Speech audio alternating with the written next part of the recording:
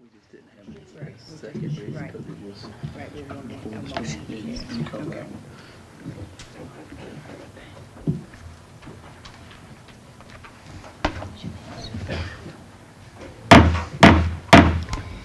Good evening. Welcome to this rescheduled January meeting of the Wilson County Board of Education.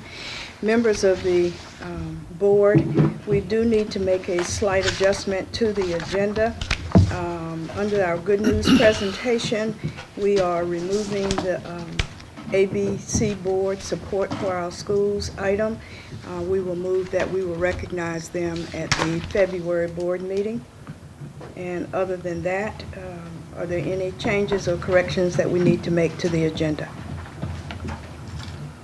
Hearing none, the chair will entertain a motion for an approval of the amended agenda.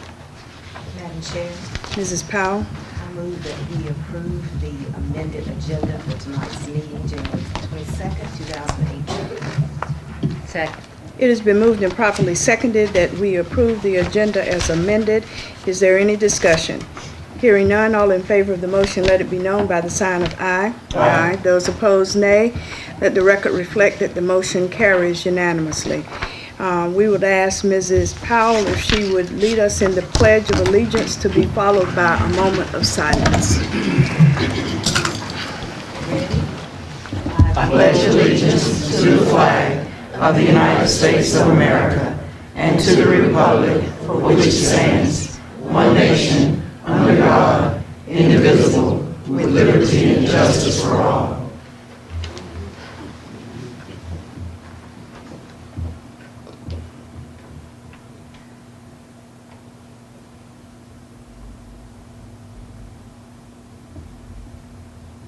Thank you.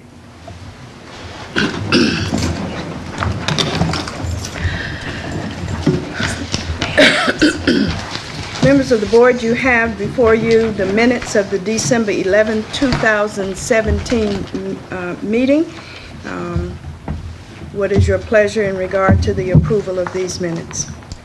Madam Chair, Mrs. Barnes, I move that we approve the December 11, 2012 regular board meeting, 2017, what did I say? 2012. 2017. Is there a second?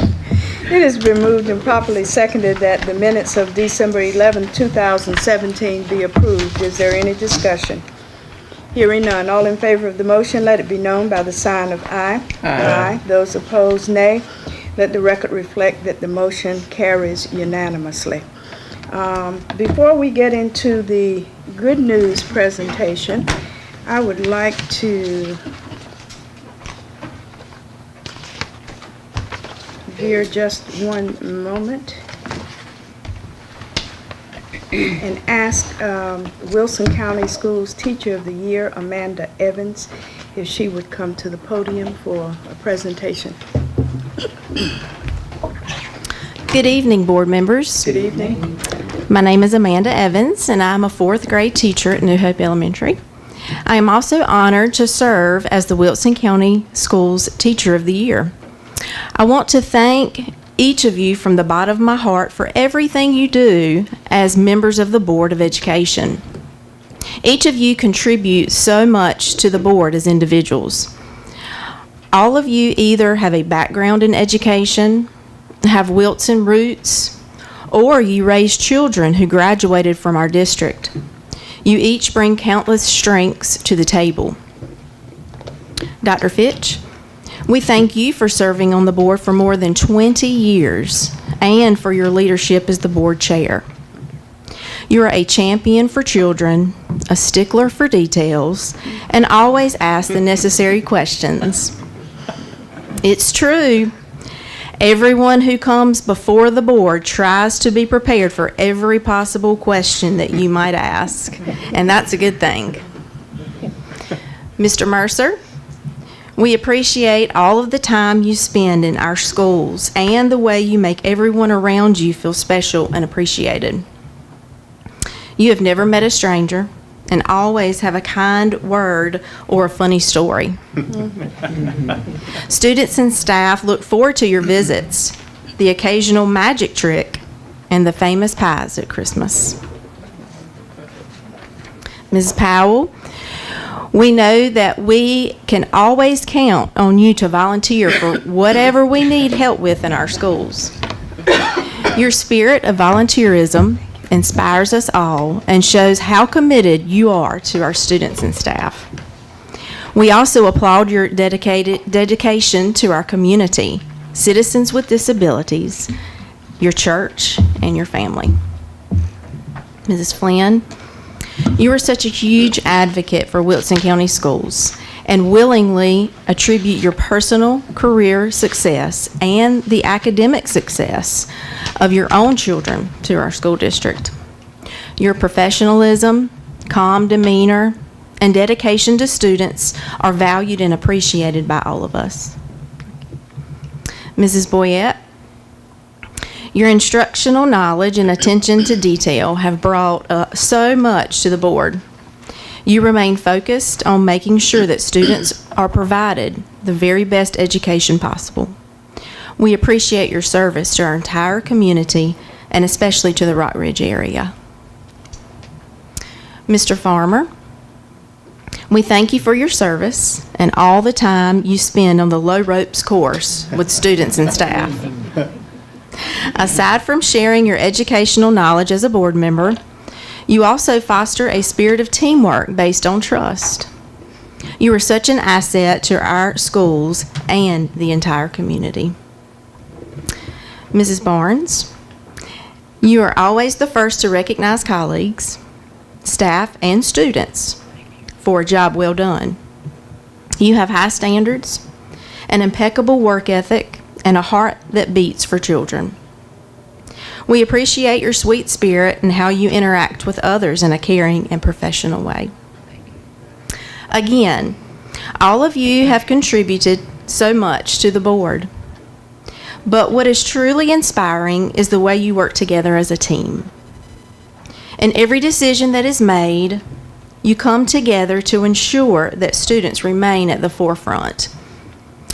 Once a vote is final, you move forward in unity, even if you had different opinions on the matter. January is indeed Board of Education Appreciation Month.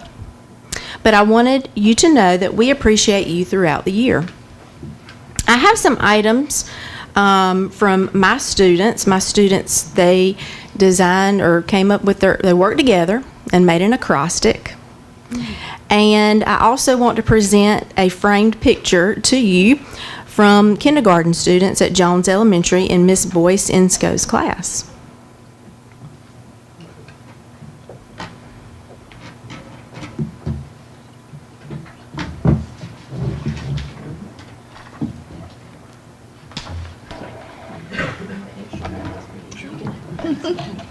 Thank you so much. Thank you. No good friend. Yes.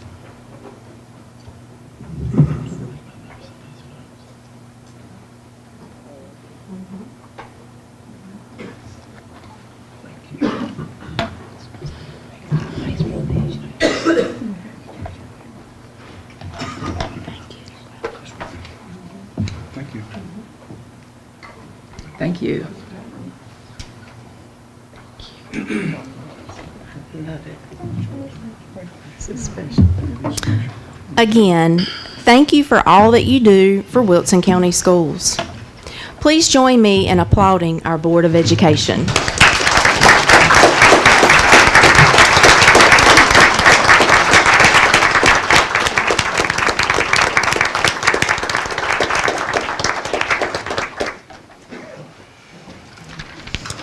We certainly thank you. And the heart of this board is the children. We work on behalf of the children, and we thank you for the recognition that you give us each year. And this year, with this wonderful picture and with the artwork, we thank you so very much for your recognizing of us and the job that we do. And I'm going to ask the board if we would give a round of applause to our audience for assisting us all year.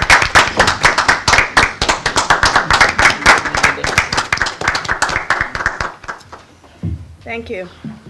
And now we'll go to our scheduled good news and ask Dr. Mills and Ms. Powell if you would do us the honors.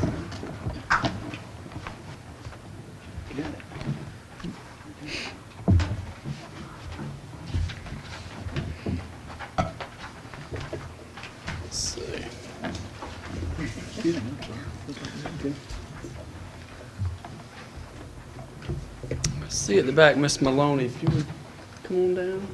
I know. It's okay. Board members, audience members, I want to share some good news tonight with you about a few folks. Miss Maloney, come on up here. You can face the audience, it's okay. For those of you who don't know this person, this is art teacher Shelley Maloney from Forest Hills Middle School. And tonight we're going to recognize her and her art students for a special project that was shared with the entire community. Ms. Maloney introduced students to the artwork of Jennifer Gironda, a Florida artist and teacher who paints angels and leaves them in different spots for people to find. Ms. Maloney and her students decided to do the same. They painted watercolor pictures and then spent several afternoons placing them around town. The paintings also had a note for whoever found them. It explained that the purpose of the project was to spread cheer during the holidays and asked the person to take a picture of the painting and post it on social media with the hashtag #BuckCheerArt. The artist who inspired the project, Jennifer Gironda, found out about it and connected with Miss Maloney. She was so touched. They actually met during Christmas break and discussed collaborating on a group project. After the visit, Miss Gironda posted on her blog about Forest Hills. She shared that she had been at a low point in life, but Miss Maloney and her students brought her out of it and affirmed that she was on the right path as an artist. Isn't that amazing? We thank Miss Maloney for guiding her students through a project where they connected with the community, inspired others, and saw firsthand the power of the arts. Ms. Maloney is also our beginning Teacher of the Year for secondary schools, and her students are responsible for the artwork that you see in our boardroom right now. So I think I saw our principal, Mr. Beulah, at the back, but we want to celebrate you and your students for really stepping out and setting an example with art and how it brings people together and all the many blessings we have. So congratulations. That was beautiful.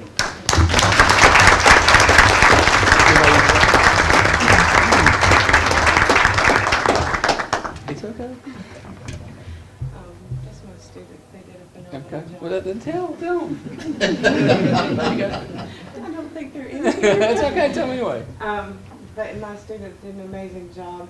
It started out as a lesson on art careers and how they could start young.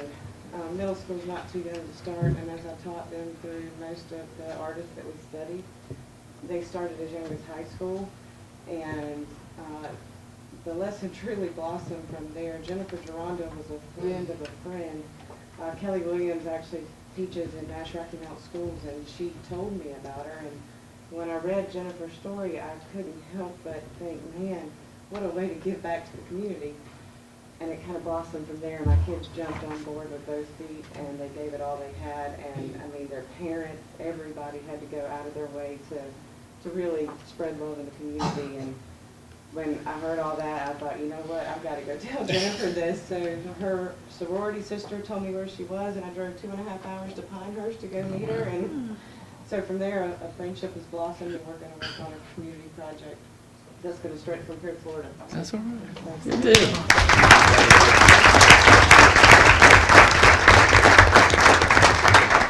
And for character education, I'm looking for Trevor Moore. Ah, I thought you were right here. I had a feeling. All right, Trevor, let me give you these. If you'll stand there, Ms. Powell. Let me tell you a little bit about Trevor, who's a 4th grader at Lucom Elementary. Tonight, we want to recognize you, Trevor, for your kindness. His teacher says that he is one of the most caring students she has ever taught, and she's very fortunate to have him in her class. She also shared that Trevor is a friend to all of his classmates, especially another student who speaks very limited English and is easily frustrated. Trevor remains by his side to encourage and help him. He even tries to speak Spanish so that he can relate to the student. At recess, when he could play with anyone, Trevor plays with the student and makes him feel like a part of the group. The student adores Trevor. We applaud him for being such an excellent role model and a dear friend. Congratulations, that's awesome.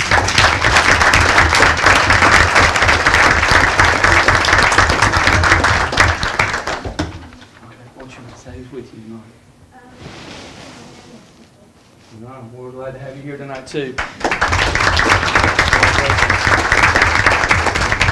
Trevor has a gift card from Schwartz and Shaw, thanking them for support of our character education. I think I saw Mr. Marks back there, Principal Lucama as well, too. So congratulations again. That's wonderful. Hello. See your teacher right there? There you go. There you go. Snuck in.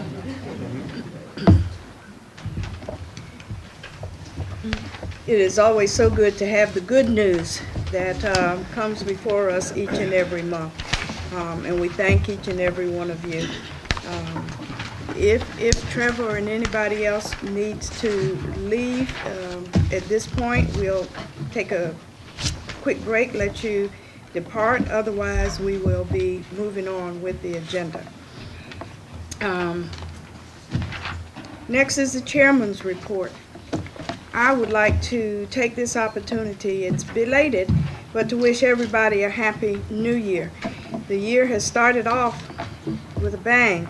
We've had snow days, we've had school cancellations, some were happy with those. I'm sure that the kids got a enjoyment out of being able to make snowmen and snow cream and whatever, but we're happy to have you back with us for the instruction that takes place.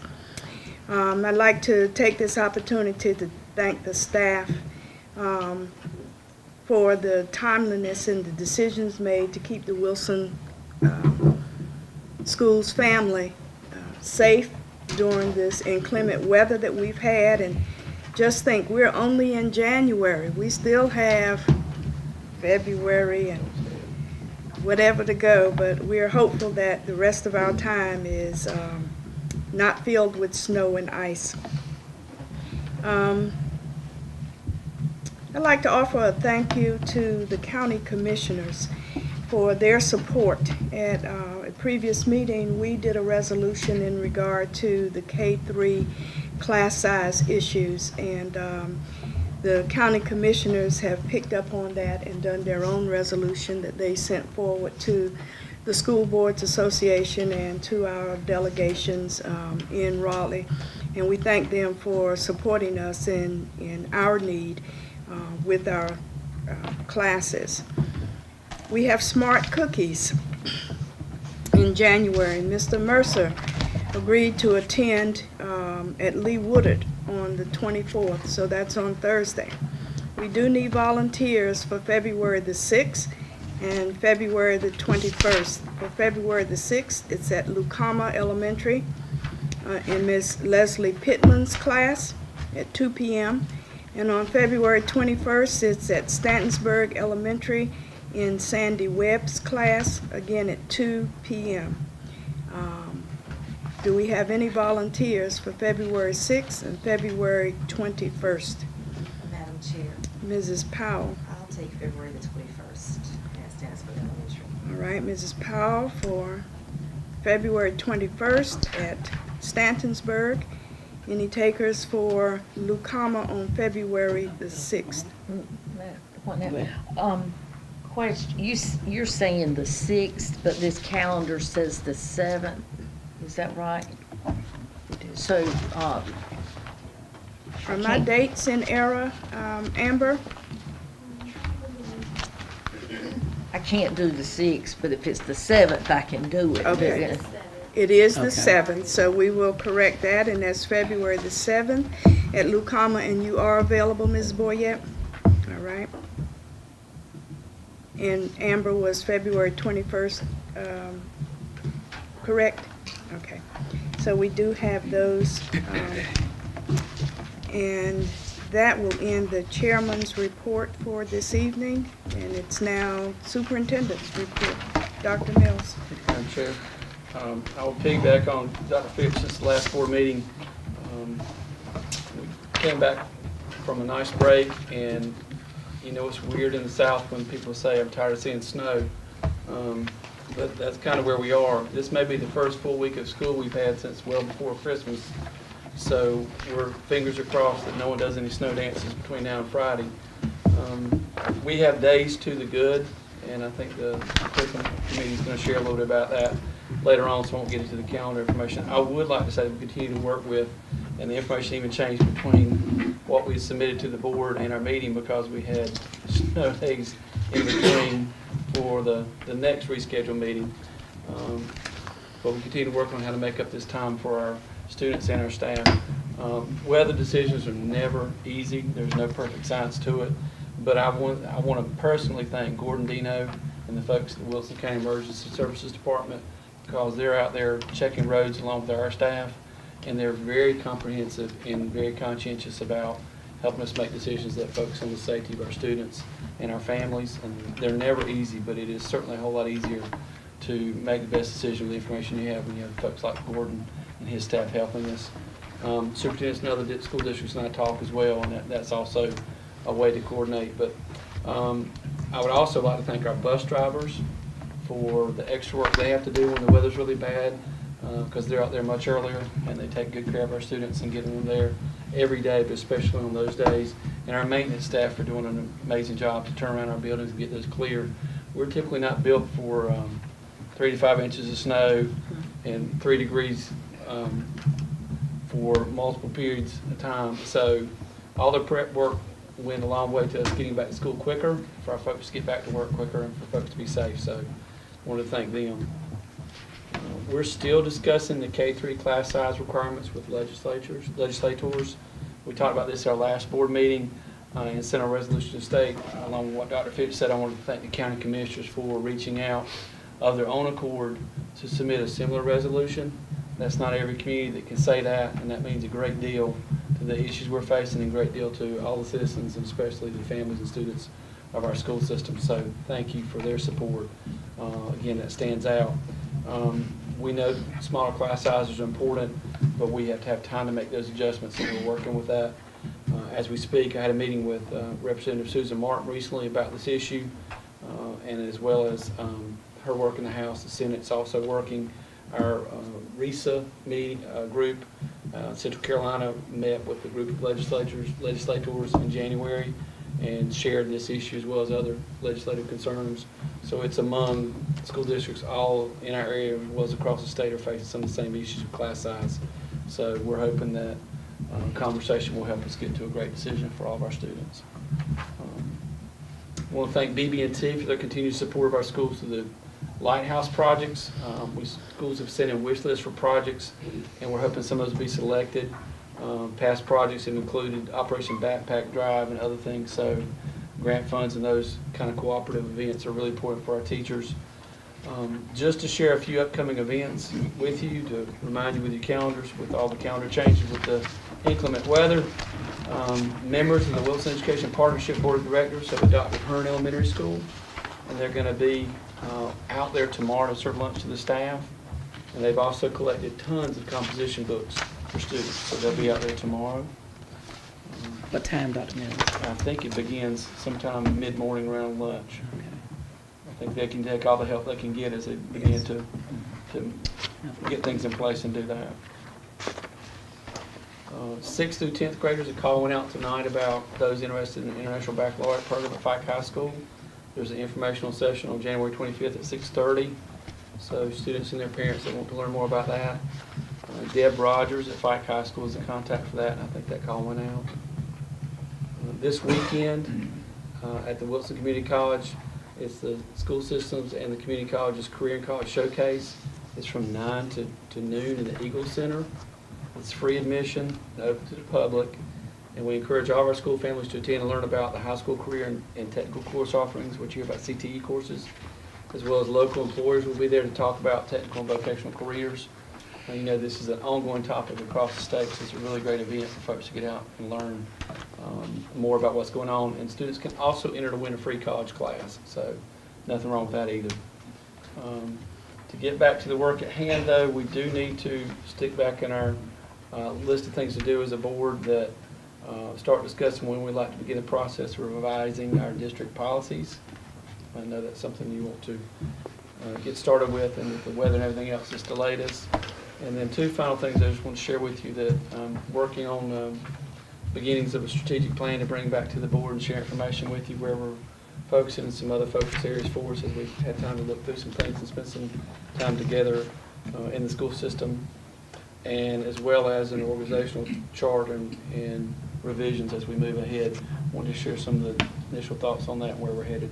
Now there's been some time to make some changes and start looking at how things are going in the school system as we plan to move forward. So, Madam Chair, that's all I have. All right, thank you very much. Now it is the portion of our agenda where we have the opportunity to hear persons from the community give their input. Each person is granted 3 minutes for his or her presentation. This portion of the meeting is for the board to hear matters of interest from the public. However, issues and concerns that address specific personnel or students should not be discussed during the public portion of the meeting, but may be presented in writing to the superintendent or to the Board of Education. Tonight, we have 5 persons who have signed up to address the board. First is Alice Freeman in regards to Frederick Douglass. Ms. Freeman?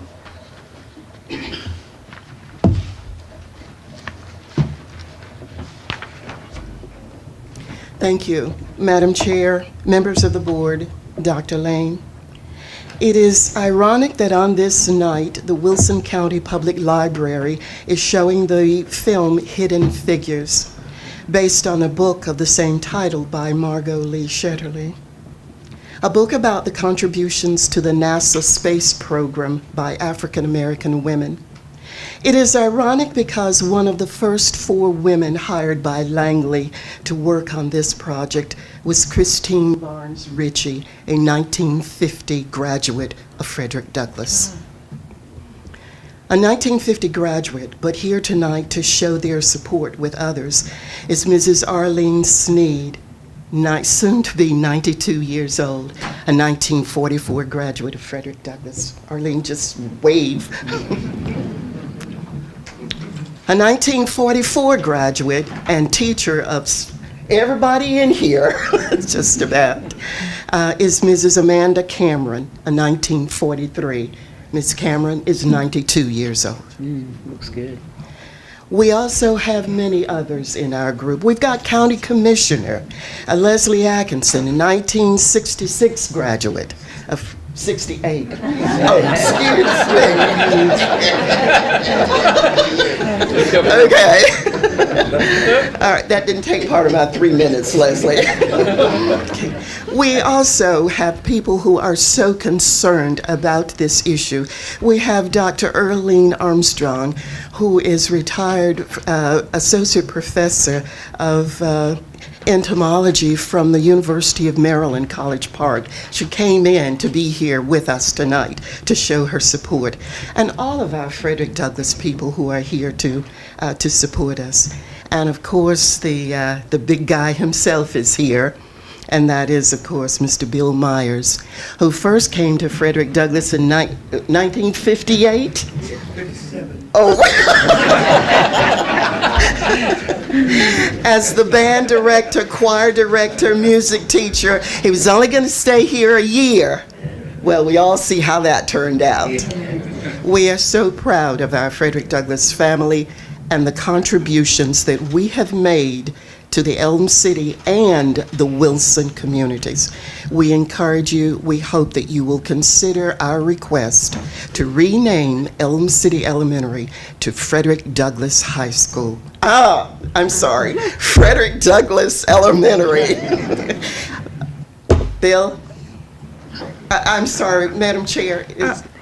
Next we have, if it doesn't matter to them, we have Willie Williams and then Bill Myers. I yield to Bill. All right. Thank you. Thank you. Then our next speaker is Bill Myers. Thank you, Madam Chair, members of the board, Dr. Lane, good evening to you. I feel rather at home in this building. I spent many, many years just around the corner in the office over there, so I feel at home. This is homecoming for me. I especially like the idea of the good news section that you just had. I really like that part, and I congratulate you on the fine work that you continue to do.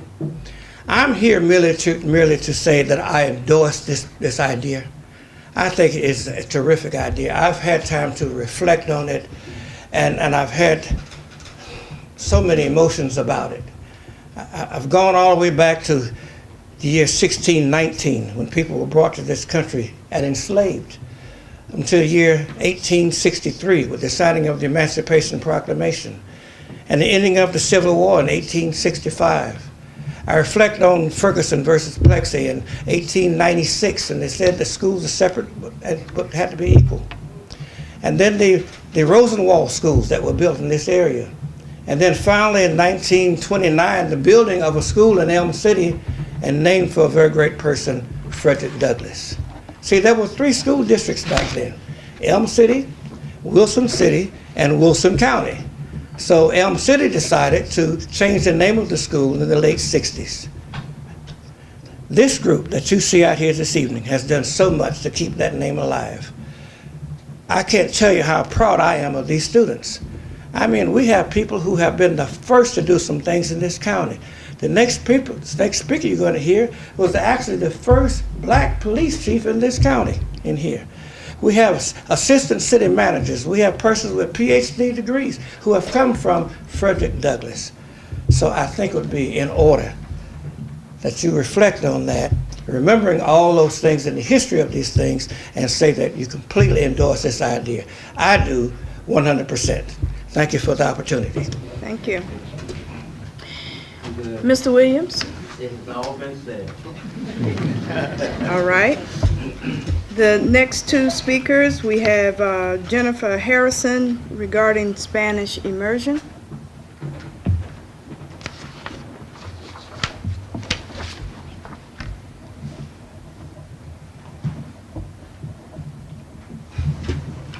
Good evening. Good evening. Thank you for having me. I'm a parent of a 5th grader, a 2nd grader in Spanish immersion, and a rising kindergartner.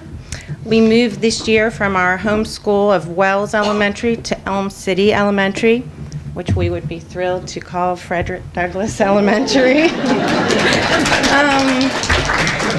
And we were moved for the Spanish immersion program, and although we had reservations, it has been a very smooth transition. The staff has been more than welcoming. The principal is amazing, and I really can't say enough good things about it, except for the fact that it's no longer a few blocks from my home. But I don't have to tell you that I'm here to support this fantastic program, but I do want to tell you that I'm here because I'm concerned for its future.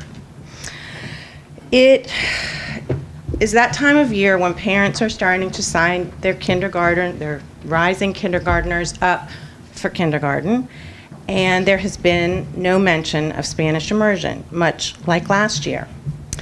If the future of Spanish immersion is in question, as rumor has led us to believe, there are enough concerned parents that are willing to find a solution to whatever problems there might be. But we cannot do this if we are left in the dark. There are many people who are willing to do more than speak for 2 minutes at a board meeting. We want to find a way to make Spanish immersion a strong and thriving curriculum option, much like it is in other counties. There are a lot of people that see the value in this program for our children, for our school system, for our community, for the future. I am asking the board to consider our input. We are asking you to consider our help, maybe consider creating a task force.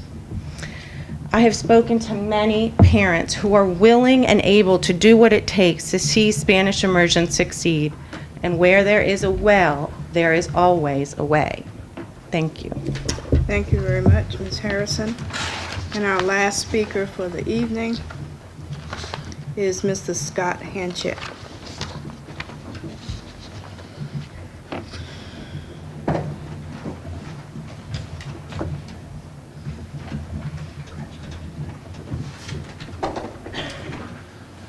Good evening. Good evening. It's nice to see everyone again. And I'd like to make a special shout out to Ms. Amber Fitch over here, who I hear almost every night, and my kids are always overjoyed to hear too. No school tomorrow. I must admit, last Friday, when it was just a 2-hour delay, I decided to head back to work. God bless my wife. I want to speak on Spanish immersion today. Ms. Harrison spoke very eloquently about it. We'd asked about it in December, and I got a registered letter from the Board of Education that this would be talked about and discussed in the January 9th session. Well, Mother Nature intervened, and we did not have that session. And suddenly, that discussion point disappeared from the agenda, and there's no mention of it tonight. Now, you took the time and effort to send me a registered letter to let me know that it would be talked about on January 9th. You knew that I was concerned, and yet there was no follow-up. It just drops off the agenda. And as of yet, I've heard nothing. We are very concerned about this program. There are lots of rumors going around, and we need your help to dispel those rumors to help make this decision. You have our firm support from all the parents, everyone we talk to, and the community as well. Everyone we talk to about Spanish immersion is very impressed. I work in Raleigh every day, and people are very interested to note that Wilson supports the Spanish immersion program, when many of our schools do not. So I very much would like your support and continued efforts, and also offer my thanks for all that you do for the schools and for the children. Thank you very much. Thank you, Mr. Hanchett.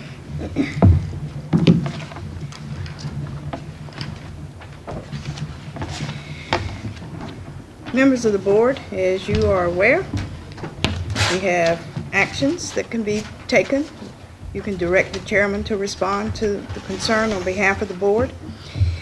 For each of the speakers, you can direct the administration to respond to the concern, refer the matter to a board committee, refer the matter to the administration, or place the matter of concern on the agenda of a future meeting. What is your pleasure? Noted on tonight's agenda is a discussion for the renaming of Elm City Elementary.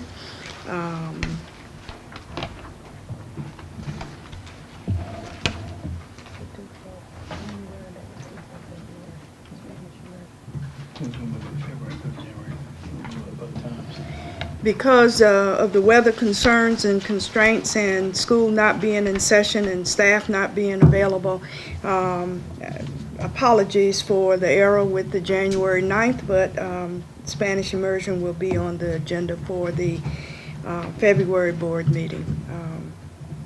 Madam Chair? Yes. If I may, I spoke with Dr. Mills the other day and requested that we try and have a meeting with the parents and possibly with Dr. Wilson, just to have a question and answer, Okay. informal kind of, so we're all on the same page. Okay. That's a good And with some of the parents that I've spoken to, I think they are very willing to do that. All right. And I would also like to be a part of that if we can get that together. Okay, then we will ask the administration to find a date prior to the February board meeting so that that question answer can occur.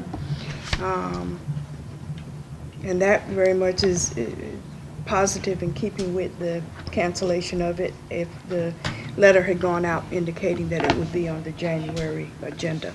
So we will be in touch to let you know when that meeting is proposed. And we thank you for that intercession. For the persons for the Frederick Douglass School naming, as it indicated, that is an item for discussion action later on in the agenda. You are quite welcome to stay as we proceed through the rest of the agenda. So now we're at the committee reports. Mr. Mercer, if you would respond in regards to the Administrative Services Committee. You had action items as well as information items. Thank you, Madam Chair. We have two information items, one an action item. The first information item is in regards to changing the job description of teacher assistants to include a requirement that they also be a bus driver. Mr. Harvey, transportation supervisor, met with us, and some of the statistics he shared with us is we have 112 buses running routes, but we have 150 routes traveling 8,500 miles a day, transporting 5,100 students. We have about 203 licensed drivers, but some of those, the licenses aren't current, and 75 to 80 are teachers and coaches out of that group, and so on and so forth. It made sure that we were fully aware of how pressing it was to have more bus drivers. The idea is to require teaching assistants, the new hires, to also be or get certified to drive a bus, and those that are currently employed, give them a year to become certified to drive a school bus.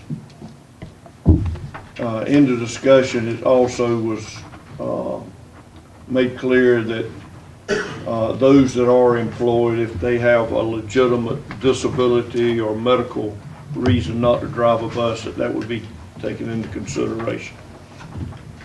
It also, our situation now creates double routes. When we have a need, we don't always have the substitutes needed to cover drivers that are not able to run their route. So to me, I think they made a good case for changing that job description and creating a larger pool of bus drivers to draw from as needed. At our meeting, Ms. Flynn and Ms. Boyette were present. Dr. Fitch was present. Dr. Mills was present. Any additional information, Ms. Flynn or Ms. Boyette? I think you made one error. I think you said that there were 150 bus routes. That's what I put in my notes. It's 350. Well, excuse me. That sells the case even better, doesn't it? Yes, sir. Handwriting. I can't read my writing. That's all right. But thank you for correcting me there. You're welcome. Madam Chair, Yes. I was happy to hear, I was not at the board meeting, that you're going to give those assistants already working at least a year to be able to become a certified driver for buses. Because my question was those seasoned teachers' assistants that may be of age that's going to retire soon, it may not be something that, if I was in their position, I would want to do at, nearing retirement, depending on the age of those bus drivers that we do have. So anyway, I was just happy to see that we're going to consider giving them at least a year to be able to get licensed. Okay. Any other comments in regard to that particular item? I wanted to add that those that don't really want a full-time bus route, we're not trying to force people into full-time bus routes. We discussed just the need for substitutes and how you could have certain teacher assistants. I believe an example was given that you don't plan anything on Mondays or Tuesdays or Wednesdays. If we need a substitute, that's your day to substitute. The goal is to avoid the double routes and to get our children to and from school in a timely manner. So with that in mind, it doesn't seem like we're trying to force Right. to take a bus route. Also, it could be that the need would be for a person to drive in the morning, but not in the afternoon. Exactly. That's Or correct. for a person to drive in the afternoon, but not in the morning. I think So that that- there would be flexibility. I think that was especially for teaching assistants that are working a 7-hour day. That way they could get their additional hour in and not get into the overtime expenses. Okay. And also, I need to say that the people that are disabled are exempted from this, or? Well, the current teaching assistants, instead of pressing them into to the requirement of being certified within a year, if they have disabilities or other health conditions that would prevent them from being eligible, they will consider that. That would be taken into account. But any new hires would The new also hires need to would have be that. required to include that in their job description. That'd be an expectation. Other questions or comments? Okay, thank you. All right. Our second information item was the facilities 5 and 10-year plan. It's quite lengthy, but in the information that was shared with you, the pages, it goes school by school showing the extensive needs that we have at practically each of the schools. And highlighted in red are those that are considered to have priority or need priority. For this year. For this year, yes, ma'am. And that's not to say that would, if an emergency comes up, if we were to have a boiler or some major issue, we would have to make adjustments to meet immediate needs. In the back, there are pages that's in blue of the items that have already been completed, and that's quite a lengthy list as well. But the fact is, we have, I think, Dr. Mills, if we were able to complete all those priorities, didn't you have a figure? Rough numbers when we're looking at was about a little over $7 million just for the top three, if you think about that, each of our buildings as it is. Which is, and that's the top three out of quite a number at each school. So Mr. Mark Letchworth was here, and I have to give him credit. It's well deserved. He stays on top of these things, and a lot of them are such things as improving the access to the buildings for safety purposes. Like, you know, you have to use your card to get in, but in a few of the schools, once past the first door, they're open to go to the entire building, where most of the buildings, it gives you access to the office only. So that could be corrected. And the replacing windows, but heat and cooling efficiencies. He also indicated that some monies could be saved if some of these could be combined and the contracts let to the same provider. So he is constantly working to keep our schools safe and functioning and keeping the dollars in mind at the same time, I think. And these estimates, I think they came from some outside sources to estimate the amount that each item would cost. So, one thing we did point out too was the county commissioners were really great to us and helped us out of budget cycle with the projects we did that were just recently finishing up with the roof at Fike and some of the other projects, the HVAC systems in the middle schools, the digital cameras and the paving. And that really made a big dent in a lot of the projects that we had. The Fike roof especially was a major project that was a matter of time before we had some serious issues, and having that done out of cycle really takes a chunk out of some of the projects of these schools. So we wanted to thank them again, because that's really outstanding to have that kind of support again, out of budget cycle, and getting us caught up on our capital needs, which all school systems have those, and these are just a way for us to kind of prioritize and see our patterns as we go. But it sure is nice to see some of these major ones checked off because of their support this past year. And I know I speak for a lot of folks, that's a great compliment to them and their support of us. So. any other from the committee? Okay. Then going to our action item, it regards an amendment to the audit contract for fiscal year 2016-17. This is a one-time request from Carr, Riggs and Ingram to extend the date, that the completion date for our audit from October 31st, 17 to February the 28th. As it turns out, during this past months and year, they have been getting some specialized training and continuing education classes and so forth, trying to help them better meet the needs that we have and be more highly qualified audit service. So, any other comments? Well, just clarify that all of our documents were turned in. Yes, it was at their on time. request. Yes, We were, yes, on ma'am. June 30th. We We were on had time. everything in place, and it's their request. If I understand it correctly, with the training they've received now, they wouldn't be asking for an extension the following year. It's just a one-time thing. That's correct. So what is your pleasure? Okay, on behalf of the Administrative Services Committee, Madam Chair, I move we approve the amendment to the audit contract for fiscal year 2016-17 as recommended by administration.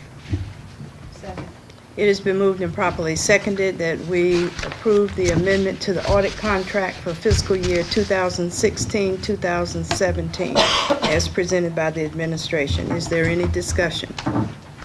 Hearing none, all in favor of the motion, let it be known by the sign of aye. Aye. Those opposed, nay. Let the record reflect that the motion carries unanimously. That completes our report, Madam Chair. Thank you, Mr. Mercer, and your committee. Instructional Services Committee met this afternoon as well. There were no informational items, but there were 2 action items. And so for the purpose of making the motions and carrying them, Mr. Mercer as Vice Chair, I'm going to have you act on the motions to see them carried through. Yes, ma'am. The first action item was an exam exemption, which is policy 5524. In that policy, there were just 2 minor changes that occurred. One was to change the numerical grade from 93 to 90. If you recall, earlier in the year, we went with the recommendation to go to a 10-point grading scale as opposed to the 7-point scale. So to be in compliance with that, we are changing the numerical grade to be in 90 or above and giving an exemption for grades. And the other change in that policy is to state that this policy would affect all our high schools. When we last amended this in August 2014, we had 3 comprehensive high schools. We now have WECA and we also have Watt. And so to be consistent across the board, the second change is to strike the word 3 from the current policy and so that it is applicable to all high schools. Because we are in and finishing up the exam schedule, and we had hoped that we would have met prior to the exams going forth, it is the recommendation of the committee that we ask that this be waived for a second reading because our students have already taken or are taking exams, and we need to have this change in numerical grade be in effect with this particular semester's grading. So, Mr. Vice Chair, I move that first that policy 5524 be approved, waiving a second reading in order to be timely with our action. I second. You need first you need a motion to waive the policy requiring 2 readings, and it has to be voted on and requires a 2/3 vote. Mr. Chairman, Mr. Vice Chair, I move that we waive the second reading for policy 5524, exam exemptions. I second. It's been moved and properly seconded that we waive the second reading regarding the exam exceptions for policy 5524 and waive the first reading. Is that correct?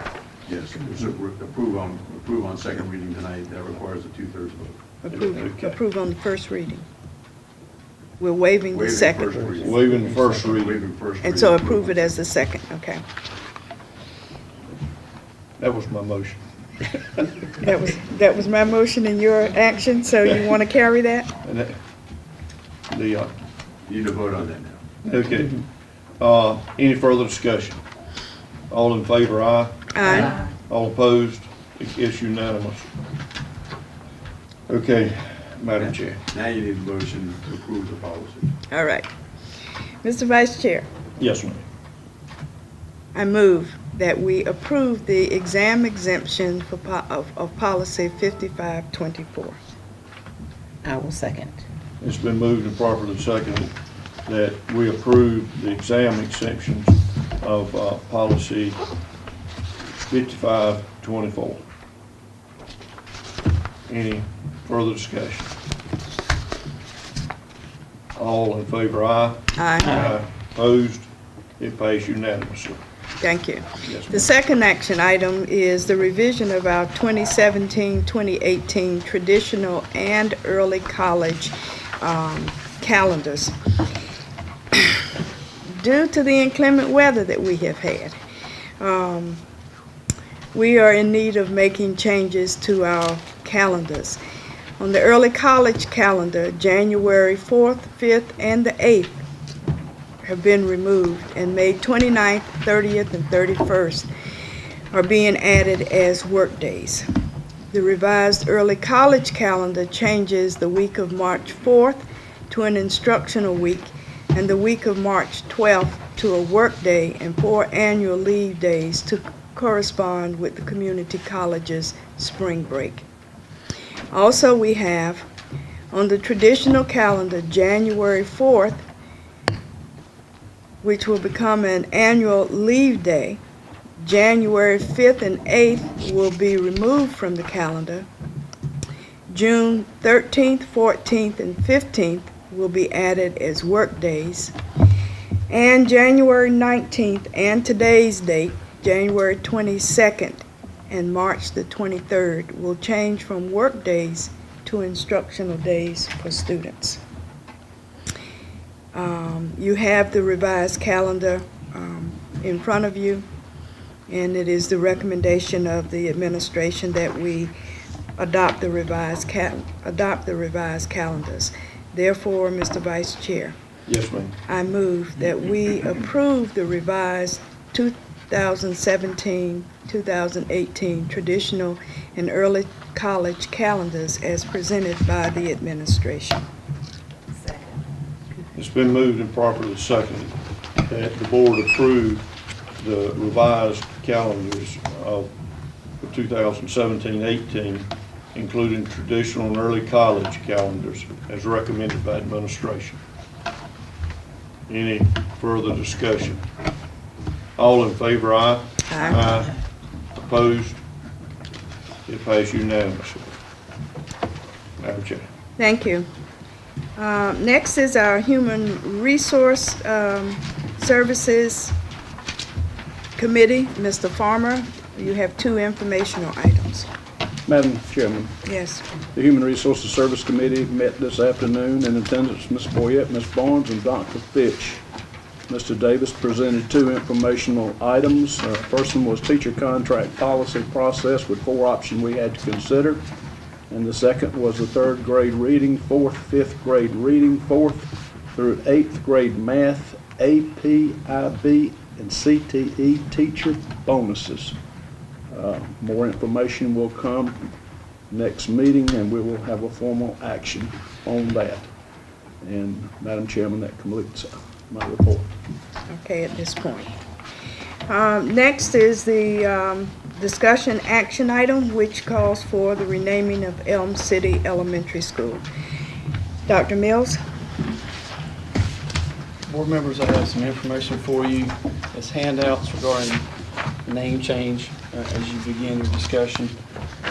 We pulled together some information about various items that might need to be addressed and some estimated costs and descriptions of what those would be. So I'm just going to hand that to you as you go through your process. Okay.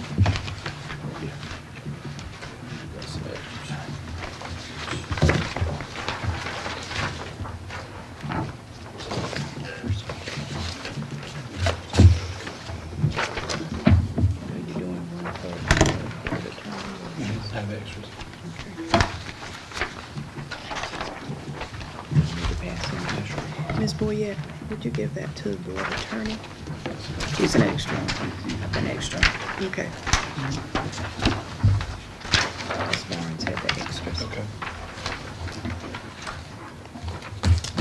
What we tried to do was have some conversation about some items so that might be discussion points you would want to talk about as you begin your process.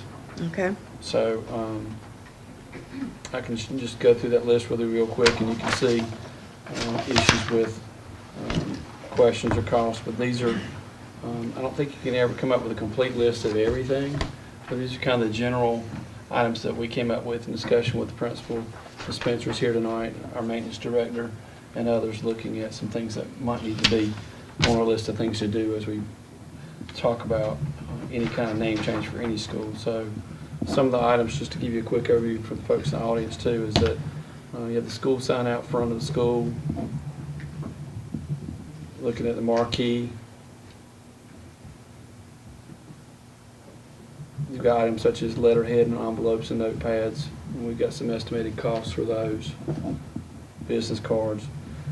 T-shirts, a lot of times those are set up in advance and paid for staff for the year, and families also purchase those. So there's some reprinting of those that would be done. There's some costs for that.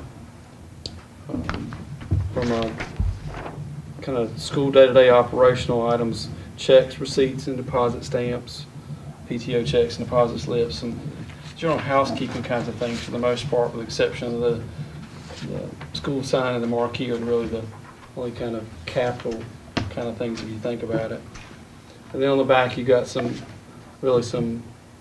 miscellaneous school stamps, pens and pencils you might give out at recruitment fairs, the rugs at the entrance doors, tablecloth maps, and then there's other things that are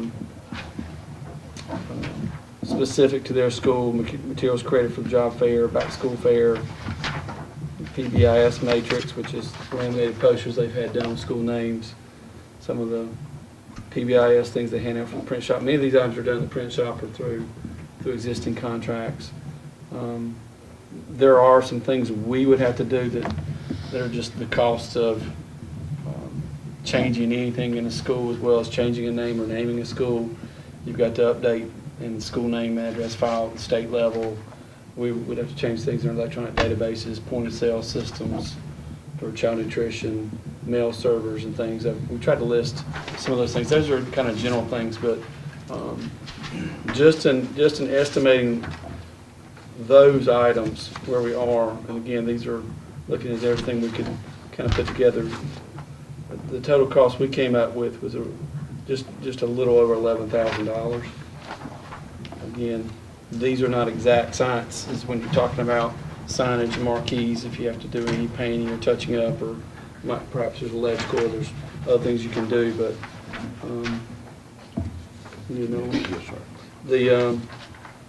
when you look at the process, I don't think the process is really cost prohibitive in terms of some of the things you need to do. Yes, ma'am. I have a question. What is the EC, well, I'm saying elementary Eagle High Fives? That might be a question for Is Ms. that the bond? Spencer. They're little cards that we give out to students, and we have them made at the print shop. Okay. And they get them doing good things. Okay. And then a drawing is held. All right. It's a little piece of paper. Okay. And a tablet form. It's like hall pass kind of things we have. So these are just kind of the housekeeping kinds of things that you'll run into in some of the other ones. And again, there's no doubt there'll be some things that would pop up where somebody may say, what about this? But for the most part, these were the bigger things that we try to think of that would be items that you would have to address if you change the name of the school. Okay. Members of the board, according to policy, before we could, we thank Dr. Mills for these figures, but before we could change a name of any school, it would require a second read. So this could be considered as a first read in regard to this issue. It would come back up at our February board meeting for a second pass-through before any action could be taken. We've heard the comments from the persons who spoke. We appreciate the audience of Frederick Douglass alumni, and the input that they have shared. This is a point in time where you get to raise any other questions, share your comments, your concerns in regard to this request. Mr. Farmer? I read the information that came to me. I Googled Mr. Douglas, outstanding individual. This organization that y'all had is unbelievable. Is there any way that you could help us defray some of the cost here? I'm not asking you to defray all of it. It's right much, but I'd like to put that on the table. All right. We got a checkbook.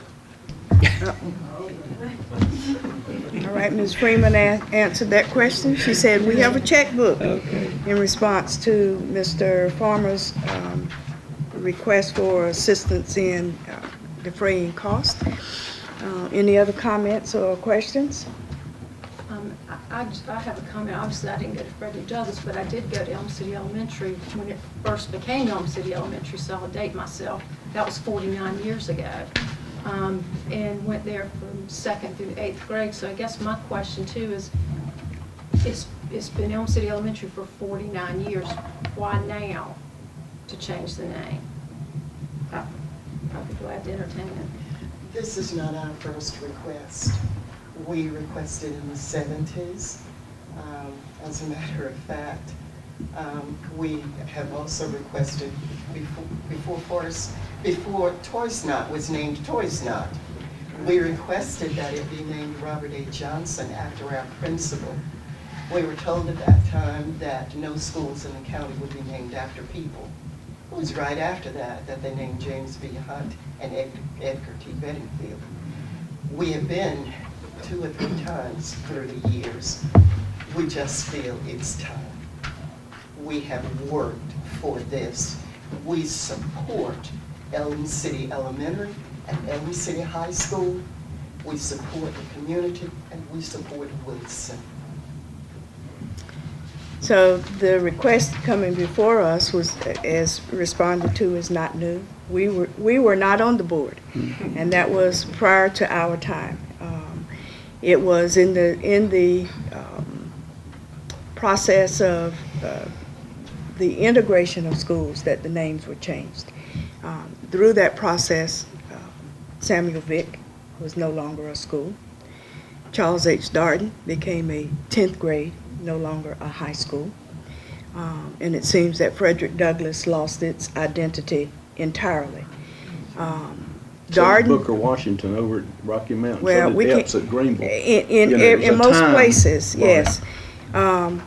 Darden kept its identity as a 10th grade. It then picked up Samuel Vick, and it was Darden Vick Elementary. It was at the point that we built the new middle school that the separation occurred, and Vick got an individual recognition once again. The former Darden became Vick Elementary, and the new middle school became Darden Middle School. So in the process of the integration, in the process of the years and the changes, it is Frederick Douglass that has lost its identity entirely. And as pointed out by Mr. Farmer, in a lot of communities, the schools that had been for African American children lost their identity. Elm City would still have an identity because it would have Elm City Middle School. There was an Elm City High School, but it, in its reconfiguration, became Elm City Middle School. So there is still an identity associated with Elm City, but there is no longer that identity associated with Frederick Douglass, and that is why they are here making the request of us. Ms. Powell, you had a comment or question? Yes, I have a comment.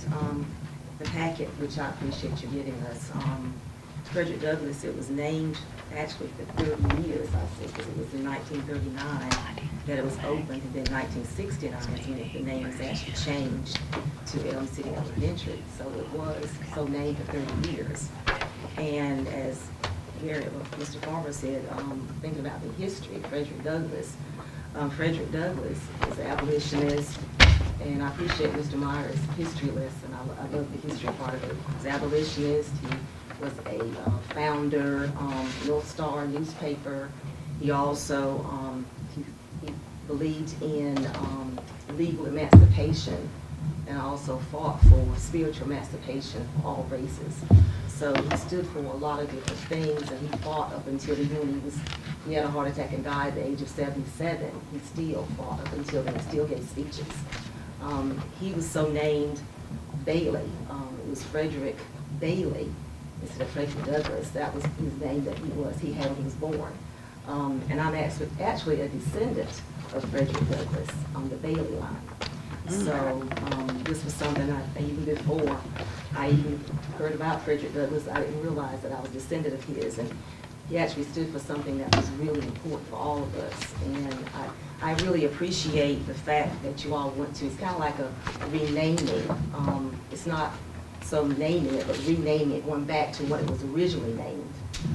That is very important. So it's not something new, it's not something that's all of a sudden you decided. It was something that the name that it had in the very beginning. I think that's something we need to look at first. When something's done first, it should stick to that name. But I do appreciate this, and I appreciate the organization and what you all stand for, all the things that you've done and the packet that you gave us.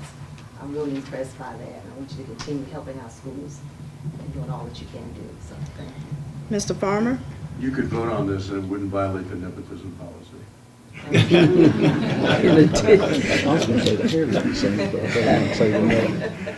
Mr. Farmer? Athletics is my thing, and I'm gonna tell you what, this whole county, this whole area had a reputation purely because of Frederick Douglass and the athletes that came out of there, and the great Harvey Reid came out of there. And little people, very few people know this, but a fellow started at Carolina's first African American. He played on the JV team. His name was Cooper. And he Willie Cooper, class of 1964. Valedictorian. Very good. And then another little story, there was a lady who took up tickets, and she let a little boy in every time to watch the ball games, and he was just enamored with the coaching and the play and everything of these great big tall guys. And his name was Phil Ford, so that's where his beginning started. So just a few, I did my homework, so just a few other things that makes that very special to me as an athletic person. Mr. Mercer? This is Willie Cooper's sister, Amanda Cameron. I spoke to her at great length. Okay, thank you.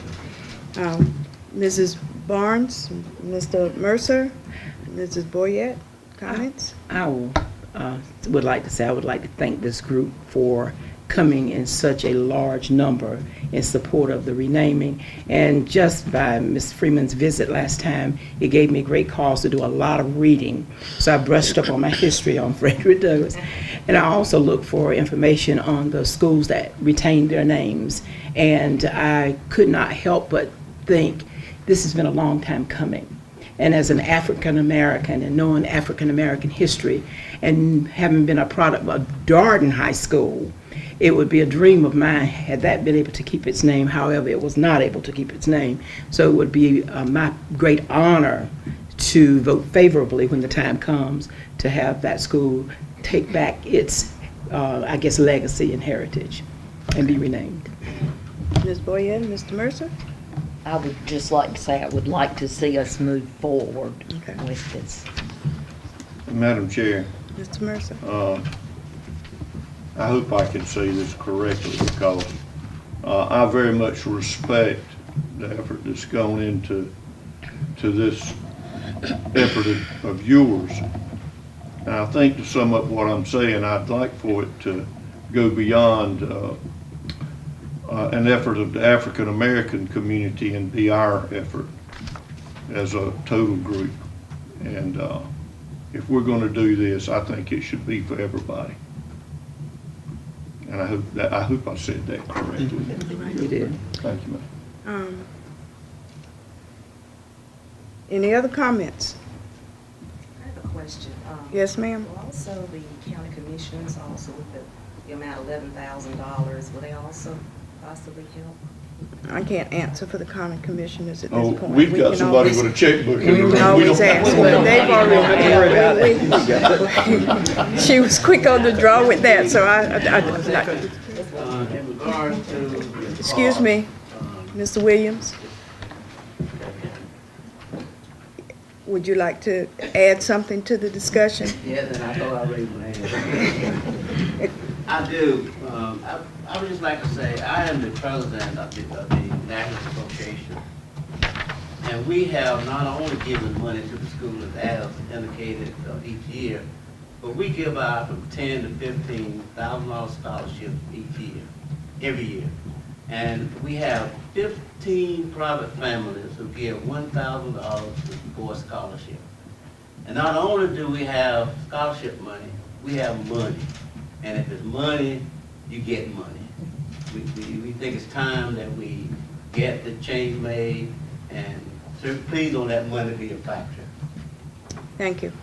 Members of the board, we thank the audience for their input.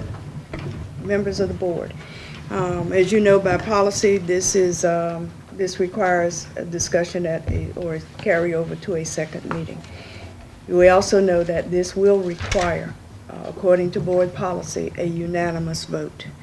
I am hearing comments from some, not ask for a vote at this time, but some who have volunteered to say they would strongly support this cause when the time is appropriate. It seems that we need to carry this over to the February meeting for the second consideration.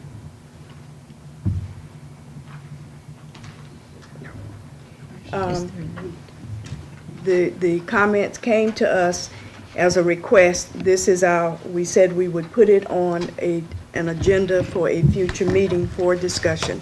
This is our first meeting for discussion. It is not the second meeting for discussion. So this is something that will need to carry over to the February board meeting. All right. We thank everybody for their input and for their addition to the conversation. And I know that Mrs.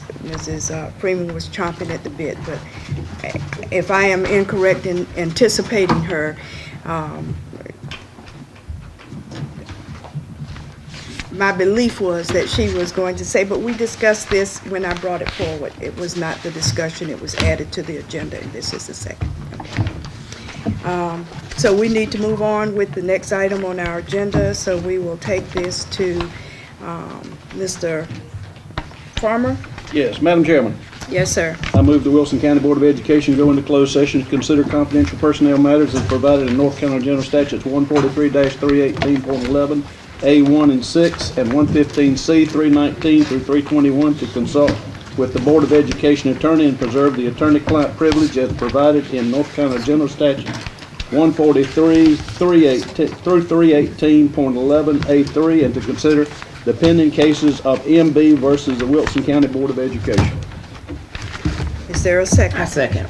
It has been moved and properly seconded that the Wilson County Board of Education go into closed session to consider confidential personnel matters as provided in North Carolina General Statutes 143-318.11A1 and 6 and 115C-319 through 321 to consult with the Board of Education attorney and preserve the attorney-client privilege as provided in North Carolina General Statutes 143-318.11A3, and to consider the pending case of MB versus the Wilson County Board of Education.